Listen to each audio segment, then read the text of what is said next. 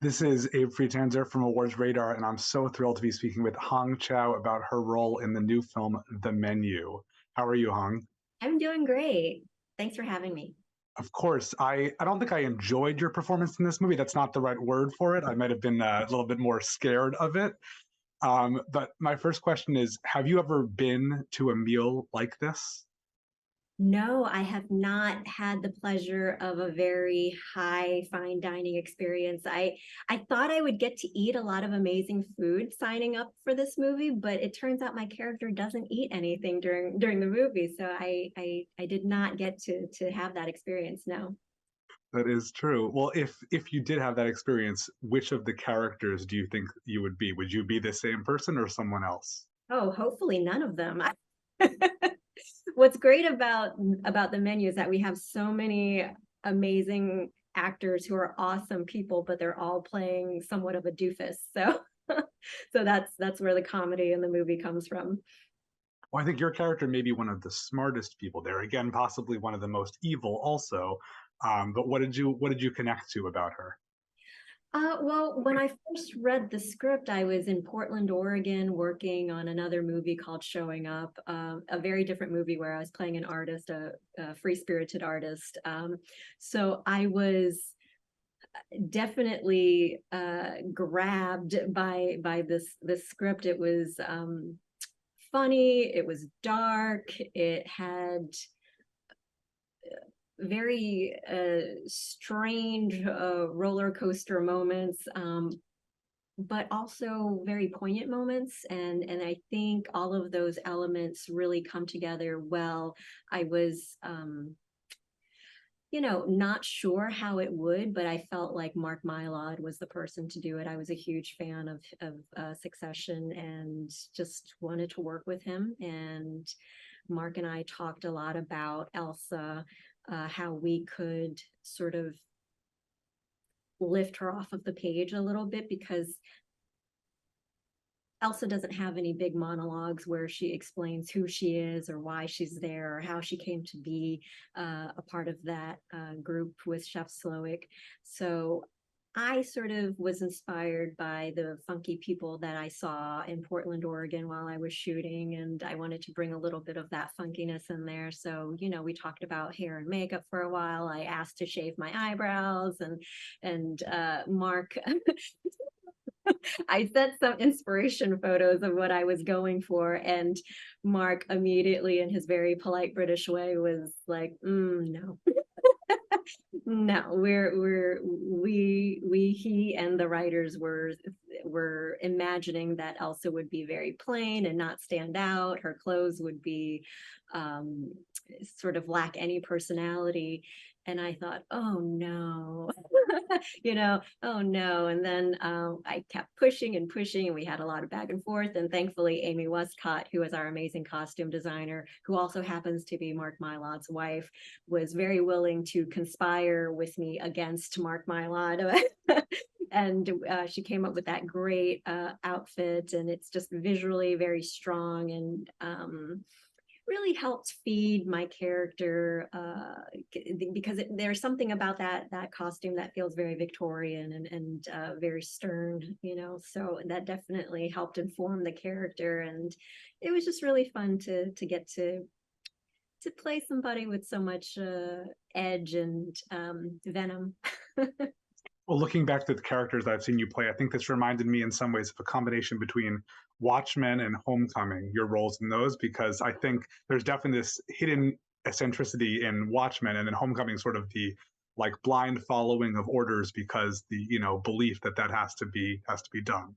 Oh, wow. Thanks for pointing that out. I hadn't thought about that, but you're right. I mean, Watchmen is a little bit more obvious because she's, sort of a powerful character there, but powerful in a different way because she's a billionaire or trillionaire. um, uh, yeah, I really enjoy playing big characters, and I'm always pushing to be a little bit bigger than maybe what the director was originally envisioning, and so you have to like really convince them why it would work. And I've been lucky to have people who trust me to do that. Well, you mentioned before that you were a fan of Succession. Do you think that fans of that show who will flock to this movie if they know about Mark Mylod are prepared for what they're in for?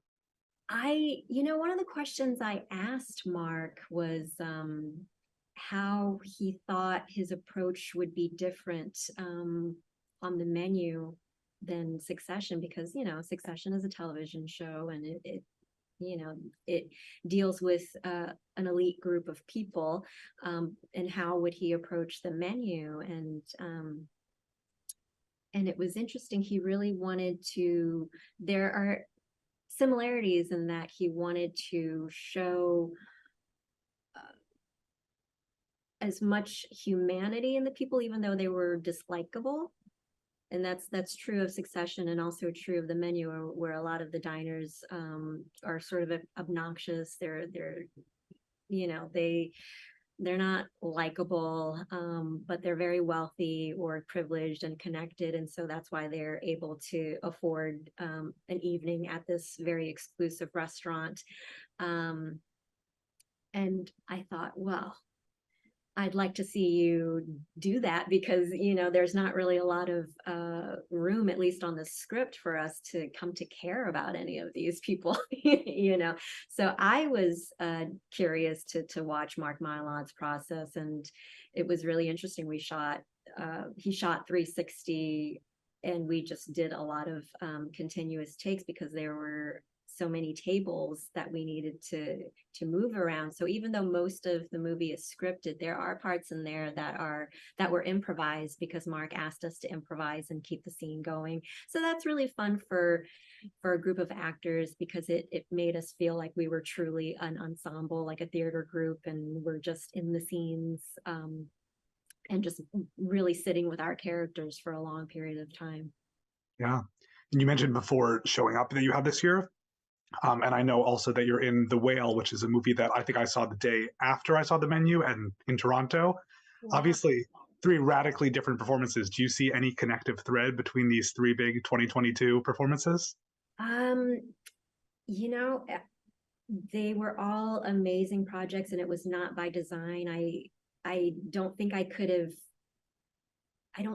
come up with that lineup on my own. The scripts just came out of the blue for me. In my personal life, I had just had a baby. I was pregnant during the lockdown, and was not expecting to go to work. I was very happy to just stay at home and be with my little nugget. And I got the script for The Whale, and was really just overwhelmed by it, because that story is just so heavy, and I didn't know if I really had it in me to do it, and then after The Whale came Showing Up, which was a wildly different story, where I'm playing like a freewheeling artist who lives in Portland, And then when I was in Portland shooting Showing Up, I got the script for The Menu, and I could not have imagined something like that falling into my laps. And then when I was in Savannah shooting The Menu, I flew to Spain to work on Wes Anderson's movies. So I did 4 movies that year, and 4 wildly different movies. And I just feel so grateful and lucky, and to work with such incredible people on incredible material. Absolutely. Well, I think they're great performances, and I wish you plenty of luck in the future. Thank you. Thank you so much. Thanks for talking to me today. All right. Take care, Abe. You too.